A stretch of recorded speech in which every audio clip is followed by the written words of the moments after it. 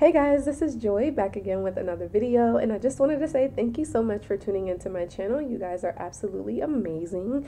If this is you guys' first time watching the channel, it is called Livenarcfree, and it's all about inspiring and motivating you guys to live your best life, as well as becoming a better and stronger version of yourself after dealing with a narcissist or any type of abuse.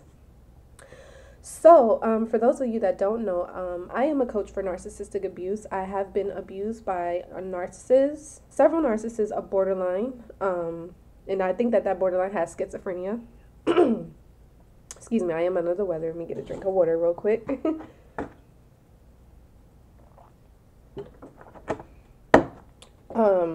So yeah, I have been abused for 5 years, so I have a lot of experience dealing with narcissists and borderlines, and yeah, I realized like after I didn't know like what I went through was I didn't know that I was dealing with someone that wasn't normal, that someone that had a personality disorder.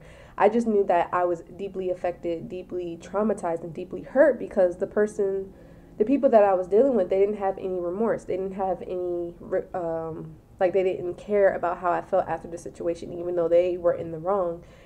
And they just moved on to another person like quickly, like that, like I meant nothing to them. And I'm like, that's not normal, because before I met the narcissist, I had a healthy relationship, and it just didn't end like that. You know what I mean? So I feel like it was a reason why I went through this, and I feel like God was using me. But at the same time, I felt like I shouldn't hold what I experienced inside. Like I should tell someone else. Maybe it could help somebody. So that's why I decided to make this channel.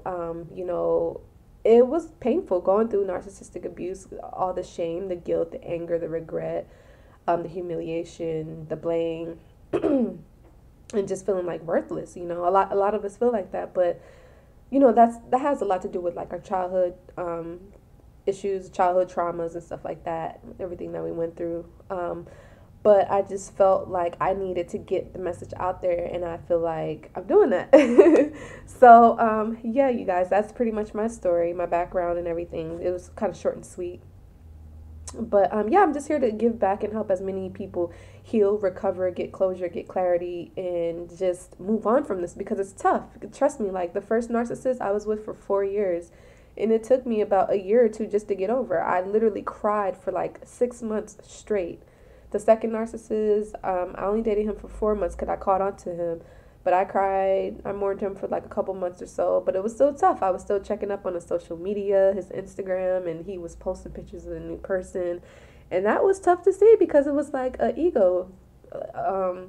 It kind of like made me think like, oh, was I not good enough? But deep down, he wasn't good enough for me. He wasn't able to to maintain a healthy relationship. Excuse me.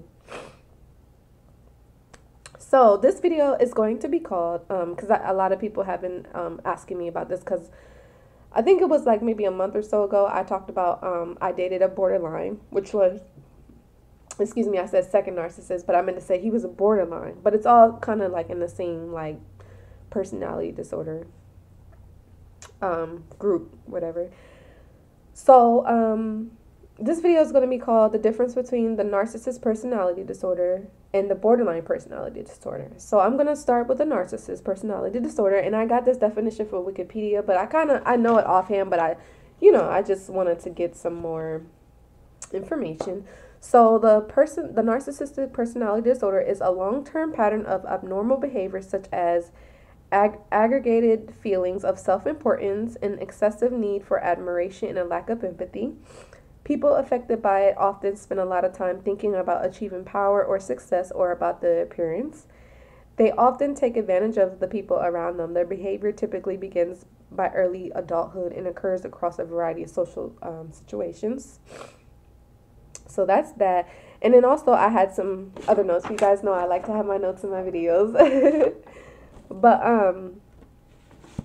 the thing with narcissists is like once they leave you, but before they leave you, they start to devalue you, and then they discard you. You guys know that. Excuse me. They discard you, And then like in this definition, it says that they need attention, you know, and they enjoy destroying people. They enjoy taking a strong person and bringing them down to like nothing, like trash, you know, and that gives them pleasure. They that's like food for them, you know. They're like really, really sick people. And yeah, they think that they own you for life, you know, and they don't have any capacity to love, to share like the emotion like a normal human being. Everything is all about them. Very self-absorbed. They, again, no empathy, no remorse, no nothing. Just a shell, you know, just pretending to be a normal human being, but they're not. They're just evil. So that's the narcissist personality disorder. Let's go on to the borderline. And again, you guys know the second guy that I dated, he was a borderline, and I'll just tell you the story really quickly. I met him at work, and you know, we hit it off very well. I thought he was very attractive. I thought he was smart. And it was just a connection that it started fast and it ended fast. I feel like he would have the ability to love, but his thing was abandonment issues. I feel like he was always scared that I was gonna like leave him. So he was always trying to do things to like make me happy and to like try to make me not leave, or you know what I mean? Excuse me, you guys. I'm so sorry. I'm like really under the weather. But yeah, the reason why I decided to leave him, because I noticed that he started yelling at me. He was always constantly talking about his ex-girlfriend. He's always comparing me to his ex, and then other friends that he had. He would always talk about them. So the whole triangulation. Excuse me. And yeah, like, I don't know, he started to like not, like, what he would tell me things, like we would have plans on meeting up, and his words wouldn't match his actions. Like he would say, oh, well, we're gonna hang out this time, and then it didn't happen, you know. So I gotten tired and frustrated about that. And then he would have other people come in our like relationship, or like, let's say we're supposed to have lunch or something, because me and him, we work together, so we were supposed to go to like, let's say like Pizza Hut to have lunch. And then randomly, like, he would invite the manager to come. So it wasn't just me and him, but he would have somebody else there. And then they would be talking. And so I would feel like the third wheel. And I'm, like, telling him, like, hey, I feel, like, kind of left out. Like, I don't appreciate that. And then I'm talking to him like he's, like, trying to, like, I'm talking to him, coming to him, like, being honest. And then as I'm expressing myself, he's not even really listening because he doesn't care. You get what I'm saying? So let me just go into the definition of the borderline personality disorder. So it says, as an emotionally unstable personality disorder, it says, is a long-term pattern of abnormal behavior characterized by unstable relationships with other people, unstable sense of self, unstable emotions. There is a frequent dangerous behavior of self-harm. People may also struggle with the feelings of emptiness and a fear of abandonment. Like I said, he was always scared that I was going to leave him. And even when he did things that kind of got to me, especially this one time we were at work, and he was supposed to come at a certain time, and he didn't. And it kind of frustrated me. And so I ended up sitting on the other side of work, because we were working at a call center. And I just got frustrated. And so I moved out on the other side of the call center, and I was just doing me. And then he texted me, he was like, hey, are you okay? Like, can I come by this evening or whatever? Because he knew that I was, like, upset about what was going on. Like, I wanted to sit next to him, and I wanted him to come back at a specific time, and he came late, so it frustrated me. And he saw that I was frustrated, and he tried to, like, make it up. And then, what else happened? Oh, like, he just kept talking about his ex-girlfriend, about how she had, like, a master's degree at 23, bachelor's degree, and he's like, oh, I saw her Facebook and she's with someone else. And I'm listening to him talking about this, and I'm like, why are you still talking about it? Do you still love her? Like, what's going on? You know what I mean? And he could see that that was like frustrating me, so he tried to offer me some food to make me feel better. You know what I mean? So like, he knew that it was like getting to me, and eventually like I was going to be like, hey, I'm done. Like, you can't get over this person, whatever. And I honestly, like I said, I feel like, because I know his childhood wasn't the best, and whose childhood has been that great, you know what I mean? But I feel like he did love his ex to a certain extent. But I think that she probably broke his heart. So he probably felt like anybody after her, he's like, I'm not giving my heart to them because they're going to break my heart like my ex did. Because I think he really loved her. Because I went on his Facebook and I saw like he posted a picture of them two together, like on his profile picture, and they had a kid together. So I feel like he loved her, because that's the difference between the narcissist and the borderline. Because I feel like the borderlines can love, but the narcissist can't. You know, and again, the borderline, they have that fear of abandonment. They don't want you to leave. They are trying to get you involved emotionally, like real quick. You know, and so yeah, so let's go back to the borderline. So there is a frequent dangerous behavior in self-harm. And I know that the borderline, he would cut himself. A lot of borderlines do that. They cut themselves. Very suicidal too. And yeah, so people may also struggle with a feeling of emptiness and the fear of abandonment. Symptoms may be brought on by seemingly normal events. The behavior typically begins by early adulthood and occurs across a variety of situations. Excuse me, you guys. Substance abuse, depression, and eating disorders are common associated with borderline personality disorders. 10% of people die by suicide that are borderlines. And then I also put that they always have problems. Excuse me. They always have problems, and then they have like magical thinking. And again, the borderline that I dated, I felt like he was nice. I felt like he was intelligent because I went to his Facebook and his Instagram. He would like read a lot of books and stuff. He was like an entrepreneur and different things like that. The only thing is, I knew that he had like a past where he like tried to get over on people. So he was like kind of like a liar and like a deceiver, like a manipulator. So that was something that I didn't like really appreciate, because I know he said that he had a boss and he was working for that boss, and somehow I guess he ended up getting fired, but he kept the leads from the boss, and so he was able to make up to $10,000 on his own. And I don't even think the boss knew about it, but that was like a secret that he kept. So that was like real crazy. But yeah, yeah, that was interesting. But let's see.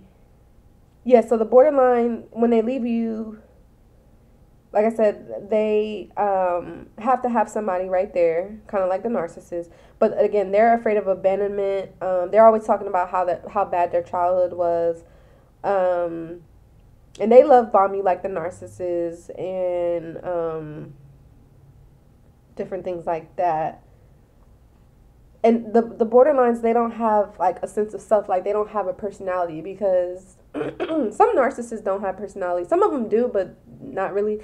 But the borderline that I dated, he didn't really have like a way that he was. Like he would always like latch on to how I was being. Like there would be like little quirky things that I would do that's like my own personality, and then he would turn around and do the same thing. Like, you know what I mean? I know like he's probably mirroring me. I know narcissists do that too, but narcissists do that to make it seem like they're having a connection with you, like, oh, you do this, I do that too, you know what I mean? But borderlines, like, they don't have a personality. Like the borderline I did it, he didn't. Like, he had no personality, nothing. He was just like empty, you know. And then they get excited about the things like you get excited about, you know. And yeah, he would always talk about how he was abused like when he was younger, and how his mom and dad were on drugs and stuff like that, and he was like in and out of foster homes. So he became like his problems. Like, it was real crazy. But yeah, you guys, hopefully that made sense to you guys. Narcissists don't have any empathy, they can't love, but borderlines, I feel like they can, but they have just been so hurt and traumatized by their childhood. So when they're with you, they are just so scared of going back and thinking of their childhood and being abandoned. So they want to make sure that they can abandon you before you abandon him, if that makes sense. And then when you get involved with a borderline, they try to make sure you get attached to them very quickly. So that way there's no way you can leave them, because that's the thing. They don't want you to leave them, you know. So yeah, you guys, that's been the video. Thank you for watching. If you have any other questions about narcissists or borderlines, leave them in the comment box below, and I'll make a video about it. Or any other question, leave it in the comment box. If you'd like to try a coaching session, you can email me at livenarcfree9@gmail.com, or you can leave it in the comment box below. I have many different prices for the coaching sessions. It's not that expensive, but it's only here. The reason why I offer the coaching sessions is for you guys to heal, to get clarity, to get closure, to get understanding, and, to have that listening ear, because not everybody is going to understand the situation that you've been through. People are going to think you're crazy. They're going to think like, oh, you can't move on from that person. What's wrong with you? Like, they're going to blame you, and I'm here to help you to understand that it's not your fault. You were abused, you were taken advantage of, but you can get through it, you can heal, and I'm here for you guys. And yeah, make sure that you like, share, and subscribe if you enjoyed this video. Also leave a comment and follow me on Instagram at Livenarcfree9. I'm sorry, that's my email. Follow me on Instagram at Livenarcfree, and then follow me on Facebook at Livenarcfree as well. So I'll see you guys in the next video. Bye.